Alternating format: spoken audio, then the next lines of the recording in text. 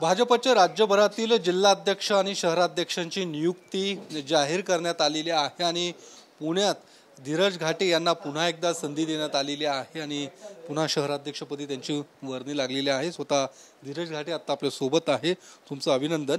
पुन्हा एकदा संधी देण्यात आलेली आहे। काय नेमकं कारण असेल की पुन्हा तुम्हाला संधी दिलेली आहे? तुमचा कार्यकाळ कमी होता त्यामुळे सगळे याच्यात झाले? मी खरं तर पक्ष नेतृत्वाचं मनापासून आभार मानेल। आदरणीय देवेंद्रजी असतील, आदरणीय बावनकुळे साहेब आहेत, आदरणीय रवींद्र चव्हाण, आमचे पुण्यातले सर्व नेते, चंद्रकांत दादा, मुरली अण्णा, माधुरीताई, आमच्या खासदार मेधाताई, सर्व आमचे आमदार पदाधिकारी यांचं सर्वांचंच मी मनापासून खरं तर आभार मानेल की सर्वच कार्यकर्त्यांची एक मनापासून इच्छा होती की महानगरपालिकेची निवडणूक ही आपल्या कार्यकाळामध्ये आपल्याला लढता यावी आणि पुन्हा एकदा पुणे महानगरपालिकेवरती भारतीय जनता पार्टीचा झेंडा आपल्याला लावायचा आहे, पुण्याचा महापौर भाजपाचा करायचा आहे। आणि मला आज आनंद होतोय की मला माझ्या कार्यकाळात ही पुण्याची महानगरपालिकेची निवडणूक पुण्यासाठी एक चांगली लढता येणार आहे आणि सर्व भारतीय जनता पार्टीच्या कार्यकर्त्यांना, पदाधिकाऱ्यांना सोबत घेऊन लढण्याचा आनंद मिळणार आहे। तुमच्या आता कार्यकाळात महापालिकेची निवडणूक पार पडणार आहे।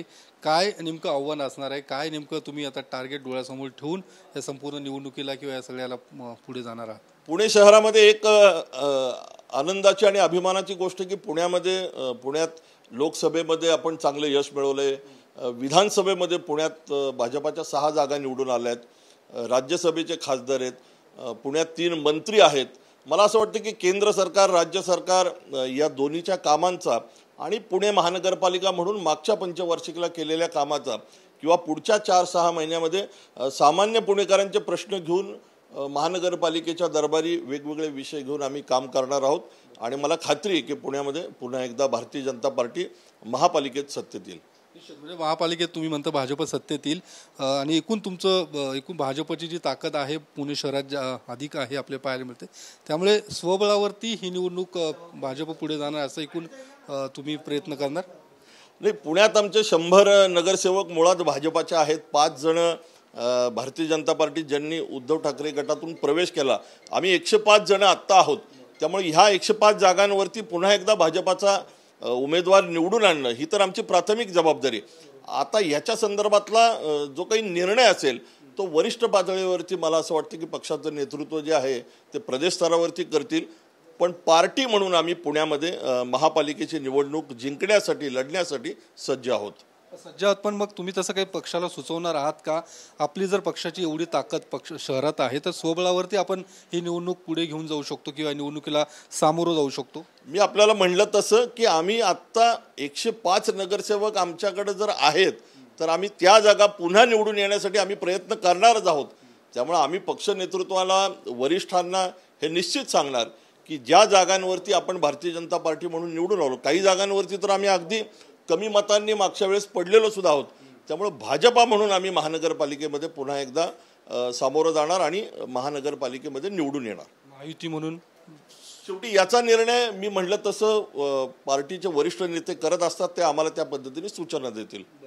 या सगळ्या याच्यामध्ये तुमचं नाव जरी शहराध्यक्षपदी चर्चेत होतं, अजून काही इतर 3-4 नावं सुद्धा चर्चेत होती गेल्या काही दिवसांपासून शहराध्यक्षपदासाठी। कुठेतरी त्यांची नाराजी असणार आहे या सगळ्या याच्यामध्ये किंवा त्यांची काही नाराजी तुम्ही दूर करणं किंवा त्यांची वर्णी लागली नाही म्हणून या सगळ्या याच्यामध्ये? नाही, असं नसतं। भाजपामध्ये शेवटी असं आहे की जबाबदारी ही कोणाला तरी एकाला मिळत असते, पण भाजपाचं काम हे टीमवर्कचं काम आहे।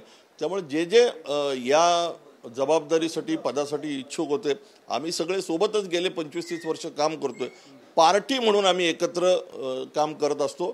कोणी अध्यक्ष होतं, कोणाला अन्य काही वेगळ्या जबाबदाऱ्या मिळतात। शेवटी प्रत्येकाला काही ना काहीतरी रोल हा पार्टीमध्ये मिळत असतो, त्यामुळे पक्षाचे वरिष्ठ नेते याचा निश्चित विचार करतील। शेवटचा प्रश्न, या सगळ्या याच्या तुमच्या कार्यकाळामध्ये काही भाजपमध्ये अंतर्गत काही घटतात किंवा या सगळ्या याच्यामध्ये पाहायला मिळालं, कुरबुरी पाहायला मिळाल्यात, त्या कशा नेमक्या दूर केल्या जातील? काय त्याचं काय ते नेमकं आव्हान असणार आहे? मुळात असं काही भाजपामध्ये कुरघोडी किंवा गटतट असं असायचं कारण नाही।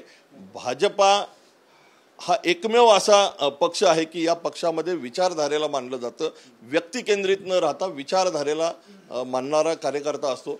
त्यामुळं पुण्यामध्ये आम्ही सगळे एकसंध आहोत, एकत्र आहोत आणि एकत्र एक दिलाने एका ताकदीने या महानगरपालिकेच्या निवडणुकीच्या निमित्ताने आम्ही लढणार आहोत.